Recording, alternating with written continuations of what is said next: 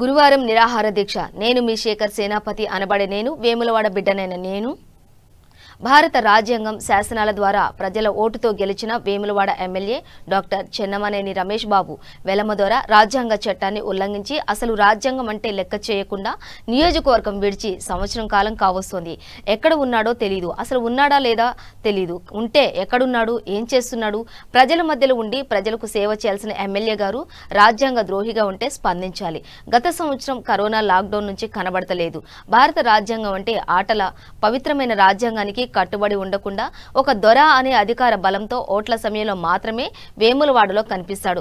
మరి మిగతా పదవీ కాలాన్ని వృధా చేస్తూ ఎక్కడ పోతున్నాడు?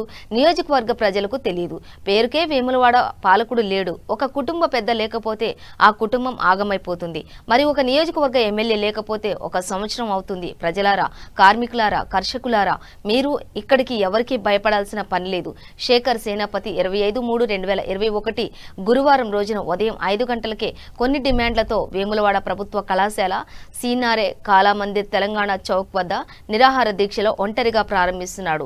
ఎమ్మెల్యే గాని ఇక్కడున్న కలెక్టర్ ఎమ్మెల్యే బానిసత్తులుగా స్పందించకపోయినా ఈ రోజు సాయంత్రం 6 గంటలకు పెట్రోల్ పోసుకుని సజీవ దహనం కానున్నారు శేఖర్ సేనాపతి గారు. కాబట్టి ఈయన ఒక ఎమ్మెల్యే ఒక్కడే కాదు, వేములవాడ నియోజకవర్గ ప్రజలు, మిగతా పార్టీల నాయకులు అందరూ నా చావుకు కారణమని సూసైడ్ లెటర్ రాసి మరి సజీవ దహనం కానున్నారు. కాబట్టి ముందుగా చివరిగా ఎవరెవరు మందలిస్తారో, అసలు మందలివ్వరో, చెవి మీద పెను పోరాటంలా పట్టినట్టు ఉంటారో మీరే నిర్ణయించుకోండి. ఉంటే గుడ్ బై, లేకపోతే లేదు. ఆయన ప్రజలకు దగ్గరుండి చేయాల్సిన సేవలు లేవు. అసలు కరోనా టైమే కాదు, ఎప్పుడు వచ్చినా కానీ ఎలక్షన్ టైంలో కనిపిస్తాడు. జై తెలంగాణ అంటాడు, కారెక్కిపోతాడు. జై తెలంగాణ అంటాడు, కారెక్కిపోతాడు. ఓట్లు మాత్రమే కావాలి. ఇక్కడున్న ప్రజల కష్టాలు, ప్రజల కన్నీళ్లు, ఇక్కడున్న బాధలు, బాధ్యతలు ఏవీ లేవు. మొత్తం పోయి ఎక్కడ పోతుందో తెలియదు. ఎక్కడికైనా కానీ విలాసవంతమైన జీవితం గడుపుతూ ఉన్నాడు. ఇక్కడున్న ప్రజలు మాత్రం అట్టడుగు వర్గాలు, కార్మికులు, కర్షకులు, టీచర్లు, ఉద్యోగులు, నిరుద్యోగులు, వీళ్ళందరి పరిస్థితి మరి ఇంకా ఎవరికి చెప్పుకోవడము?